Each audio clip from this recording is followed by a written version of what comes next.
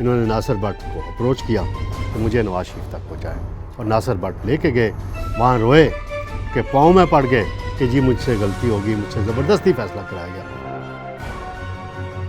بسم اللہ الرحمن الرحیم، میں ہوں طارق سمیر، ڈیلی ممتاز ڈیجیٹل کے ساتھ۔ ناظرین، اسلام آباد ہائی کورٹ میں ایک تو انہوں نے الیکشن ملتوی کرنے کی درخواست ریجیکٹ کر دی ہے، اس کو انٹرٹین اس طرح سے نہیں کیا۔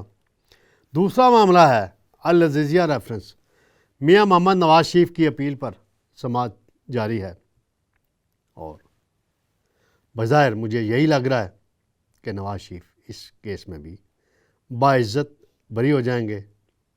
وہاں کیا ہوا ہیئرنگ کے دوران میں آگے چل کے آپ کو بتاؤں گا۔ پھر ایک اور معاملہ ہے، چیف الیکشن کمشنر نے بڑی زبردست بات کی ہے۔ انہوں نے کہا ہے افواہوں پہ کان نہ دھریں، جس طرح چیف جسٹس نے کہا تھا کہ افواہیں مت پھیلائی جائیں الیکشن سے متعلق، تو انہوں نے بھی آج کہہ دیا ہے افواہوں پہ کان نہ دھریں، الیکشن 8 فروری کو ہوں گے۔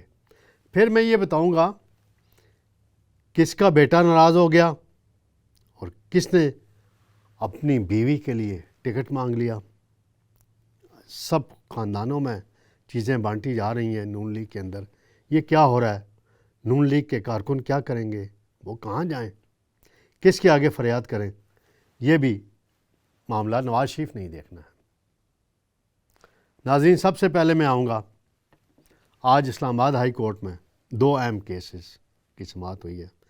پہلا تھا، ایک شہری کی طرف سے درخواست دی گئی کہ افغان جو مہاجرین تھے، جعلی ان کے پاسپورٹ پکڑے گئے ہیں، شناختی کارڈ پکڑے گئے ہیں، ووٹر لسٹوں پہ اثر ہو رہا ہے، تو حلقہ بندیاں کا مسئلہ ہے جی، تو الیکشن ملتوی کیے جائیں جی، پہلے اس کی انکوائری کی جائے۔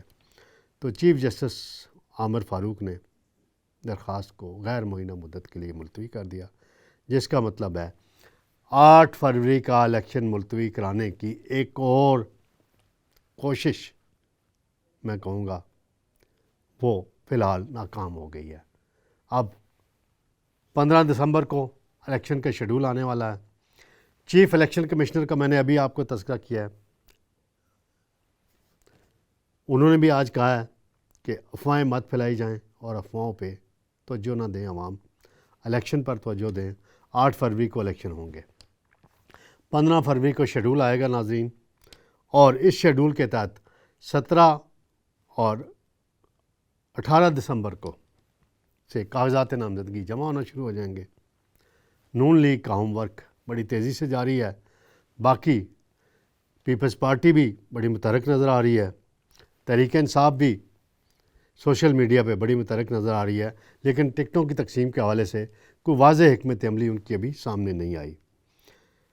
سابق ڈپٹی اسپیکر دوست مزاری، آپ کو یاد ہوگا ان کے بال کھینچے گئے تھے جب پنجاب اسمبلی میں چودھری پرویز لائی اور حمزہ شہباز کا معاملہ تھا، ووٹنگ ہو رہی تھی، حمزہ شہباز کو چیف منسٹر بننے نہیں دیا جا رہا تھا، بال کھینچے گئے تھے، اور کارکنوں نے، کاف لیگ کے اور پی ٹی آئی کے کارکنوں نے اور ان کے ایم پی ایز نے، اور جس نے بال کھینچے تھے ناظرین، وہ آج تحریک انصاف چھوڑ گیا ہے۔ واسق قیوم عباسی، یہ راولپنڈی سے ایم پی اے بنے تھے، ڈپٹی اسپیکر رہے، اور انہوں نے 2018 میں ایم پی اے کی نشست پہ کس کو شکست دی تھی ناظرین؟ بہت بڑے سیاسی رہنما، سابق وزیر داخلہ چودھری نثار علی خان کو ہروایا تھا، اور جو 9 مئی کو راولپنڈی میں احتجاج ہوا تھا جی ایچ کیو کے باہر، واسق قیوم عباسی اس کا ہراول دستہ تھے۔ یہ باتیں آ چکی ہیں سامنے، وہ بھی آج پارٹی چھوڑ گئے ہیں، تحریک انصاف چھوڑ گئے ہیں۔ دوسرا معاملہ ہے ناظرین، سب سے پہلے اہم، العزیزیہ ریفرنس۔ العزیزیہ ریفرنس بنایا گیا تھا میاں نواز شریف کے خلاف۔ میاں نواز شریف جب پرویز مشرف کے دور میں جلا وطن ہوئے تھے تو 2001 میں ان کے والد میاں محمد شریف نے وہاں ایک سٹیل مل لگائی تھی جس کا العزیزیہ، اور وہ سٹیل مل انہوں نے حسین نواز کے نام کر دی تھی، اور حسین نواز کی بتایا جا رہا ہے اس وقت عمر 28 سال تھی۔ اس پر ایک ریفرنس میاں نواز شریف کے خلاف بنایا گیا اور اس میں الزام یہ لگایا گیا کہ آمدن سے زائد اثاثے ہیں جی نواز شریف کے، حالانکہ اس مل کے لگنے میں اس میں جو انویسٹمنٹ ہوئی تھی اس سمے نواز شریف کے اکاؤنٹ سے، نواز شریف کی طرف سے کوئی پیسہ نہیں لگایا گیا تھا۔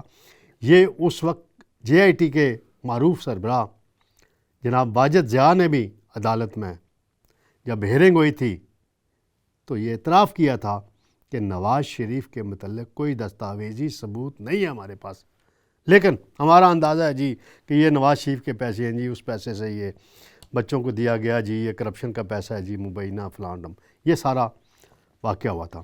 ناظرین آپ کو یاد ہوگا اس احتساب عدالت کے جج کون تھے؟ ارشد ملک مرحوم۔ ان کی ویڈیو کس نے بنائی تھی؟ وہ نواز شریف کے پاؤں میں جا کے رویا کیوں تھا لاہور جا کے؟ اس نے معافی مانگی تھی، اس نے کہا تھا میں آپ کو بری کرنا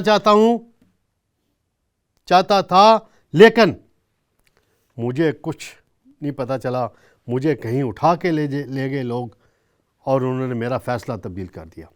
فلیگ شپ ریفرنس میں اس نے بری کر دیا تھا نواز شریف کو، اور العزیزیہ میں 7 سال کی سزا دی تھی۔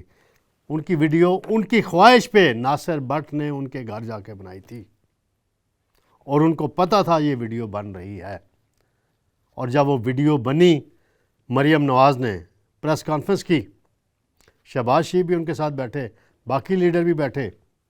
نواز شریف ان دنوں جیل میں تھے، کوٹ لکھپت جیل میں تھے لاہور میں۔ پریس کانفرنس بڑا طوفان مچ گیا، بڑے سوال اٹھ گئے اور معاملہ سپریم کورٹ چلا گیا۔ اس وقت سپریم کورٹ میں کون تھے چیف جسٹس؟ آصف سعید کھوسہ صاحب،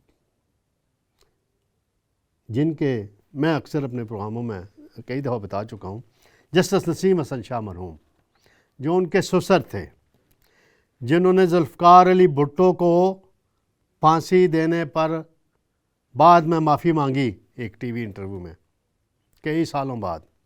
اب اس کی اپیل جو ہے، صدارتی ریفرنس جو ہے، آصف زرداری نے 2011 میں دائر کیا تھا، بھی قاضی فائز صاحب اس کو سننے والے ہیں، فکس ہے۔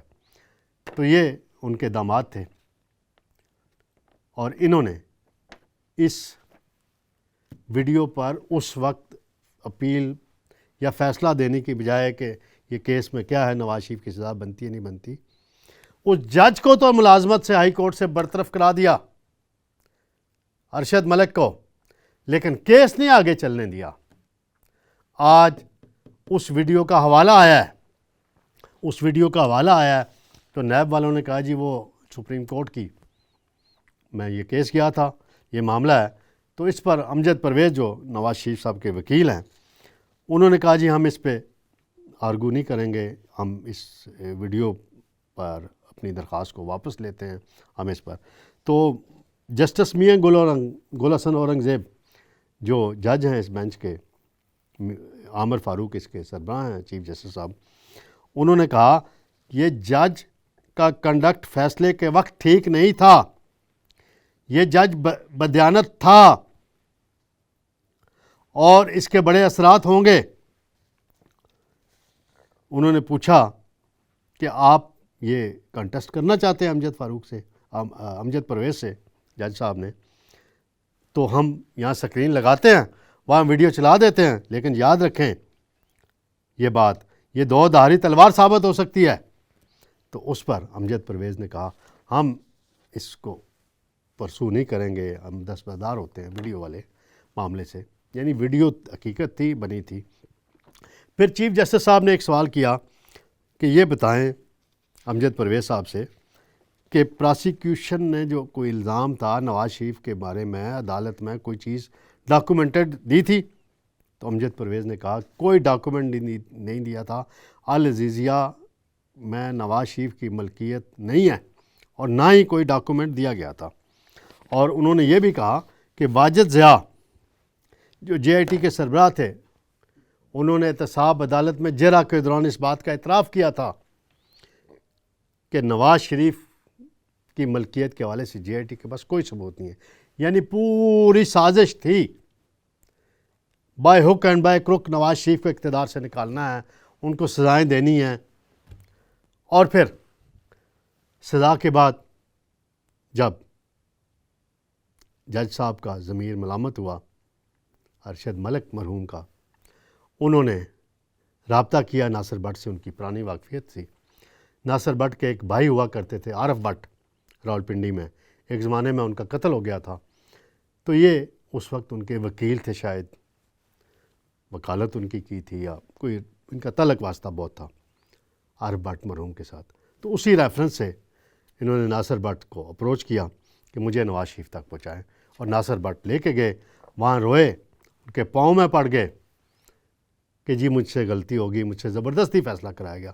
یہ ہیں وہ سازش کی کڑیاں جو بنائی گئی تھیں، اور اب حالات کدھر ہیں۔ بہرحال اب ہیئرنگ جاری ہے، فیصلہ کسی بھی وقت اس کا متوقع ہے، آ سکتا ہے، اور جو اندازہ ہو رہا ہے کہ پہلے دو ریفرنسز میں نواز شریف بری ہو چکے ہیں، تو اس میں بھی بری ہو جائیں گے۔ ایک اور معاملہ ہے ناظرین، چودھری شجاعت حسین صاحب سے 15 سال بعد میاں نواز شریف صاحب کی کل ملاقات ہوئی ہے لاہور میں، اور بڑی اچھی ان کی آپس میں گفتگو ہوئی۔ میری چودھری شجاعت صاحب کے بیٹے سے بھی بات ہوئی، اور نون لیگ کے بھی 2-3 اہم رہنماؤں سے بات ہوئی، تو اور وہاں چودھری وجاہت حسین بھی موجود تھے، امتیاز رانجھا بھی موجود تھے، حسین اپنا سالک، چودھری سالک اور شافی بھی موجود تھے۔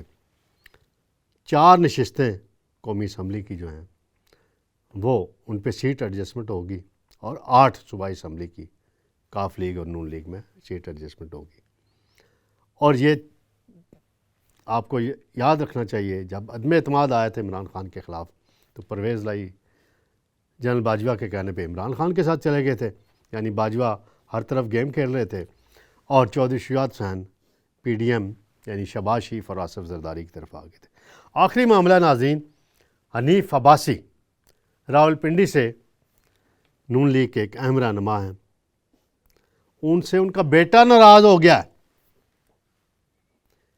کہ بھئی آپ نے مجھے ایم پی اے کا ٹکٹ اپلائی کرنے نہیں دیا، اور انہوں نے ایسے اپنی اہلیہ کے لیے بھی ٹکٹ مانگ لیا جی، مخصوص نشست پہ۔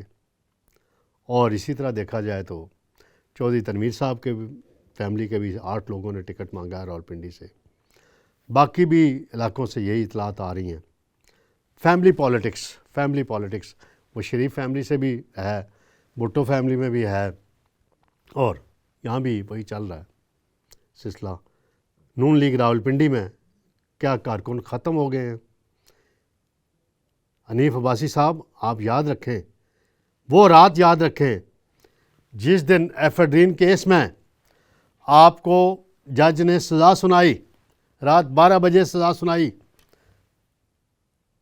اور لودھی صاحب ایک جج ہوا کرتے ہیں ہائی کورٹ کے، عباد الرحمان لودھی صاحب، پورا مجھے نام یاد آ گیا، راولپنڈی کے رہنے والے ہیں وہ، انہوں نے حکم دیا تھا ٹرائل کورٹ کو کہ الیکشن سے پہلے فیصلہ کریں، یعنی انہوں نے شیخ رشید کو فائدہ پہنچانا تھا عباد الرحمان لودھی صاحب نے۔ اور میں جو بات کرنا چاہ رہا ہوں، وہاں حنیف عباسی صاحب کتنے کارکن آپ کے لیے نعرے لگا رہے تھے، کتنی خواتین موجود تھیں، انہیں بھی ان کے ٹکٹوں کے لیے زیادہ سفارش کریں آپ تو بہت اچھا ہوگا، بجائے اپنے گھر میں ہر چیز لانے لے جانے کی۔ یہ بات اچھی نہیں ہے، مناسب نہیں ہے۔ باقی بھی راولپنڈی میں دیکھ رہا ہوں کہ خاندانوں کے اندر کئی چیزیں گھوم پھر رہی ہیں، اور کارکن جو ہیں نون لیگ کے یا کسی بھی پارٹی کے ہوں بڑا اثاثہ ہوتے ہیں، تو اگر آپ 5 ٹکٹ ایک الیکٹیبلز کو دے رہے ہیں یا امیر آدمیوں کو دے رہے ہیں، تو 1-2 ٹکٹ کارکنوں کو بھی دے دیں میاں صاحب۔ راولپنڈی کی میں فی الحال بات کروں، باقی اضلاع کی میں ابھی میرے پاس پورا وہ ڈیٹا نہیں ہے، میں وہ منگوا رہا ہوں، وہ آئے گا تو میں پھر بات کروں گا۔ تو یہ کہانی میں نے کہا تھوڑی سی بتاتا چلوں کہ آپ کا بیٹا اچھا ہوگا، کوئی شک نہیں عباسی صاحب، اس نے آپ کے لیے بڑی مارے بھی کھائی ہوں گی، اور اس نے شہباز شریف صاحب سے آپ کو سفارش بھی کرا دی کہ ٹکٹ اپلائی کرنے دیں، تو شہباز شریف صاحب آپ کو سفارش کرنے کے بجائے ٹکٹ تو انہوں نے سائن کرنا ہے، وہ ٹکٹ سائن کر کے بھیج دیتے. یہ بھی ہے کہانی، مجھے سمجھ نہیں آئی. بہرحال جو بھی ہے. تو ناظرین انشاءاللہ جلد دوبارہ آپ سے ملاقات ہوگی. اللہ حافظ.